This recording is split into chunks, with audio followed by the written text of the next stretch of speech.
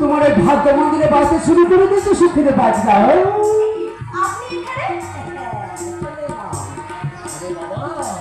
আমি তো বললাম বাজবে বৌমা বাজবে।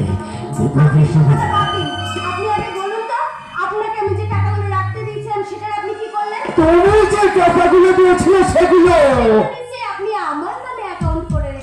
এই ছোট না মাথা খারাপ, তোমার নামে যে টাকাগুলো রাখে। হ্যাঁ আরে বাবা, অনেক চিন্তা ভাবনা করে টাকাগুলো আমি আমার অ্যাকাউন্টেই জমা রেখেছি।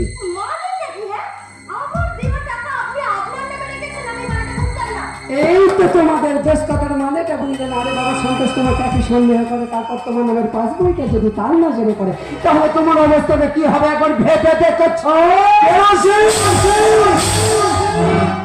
আর তার উপর একটা ছোট্ট দেশলাইয়ের কাশি।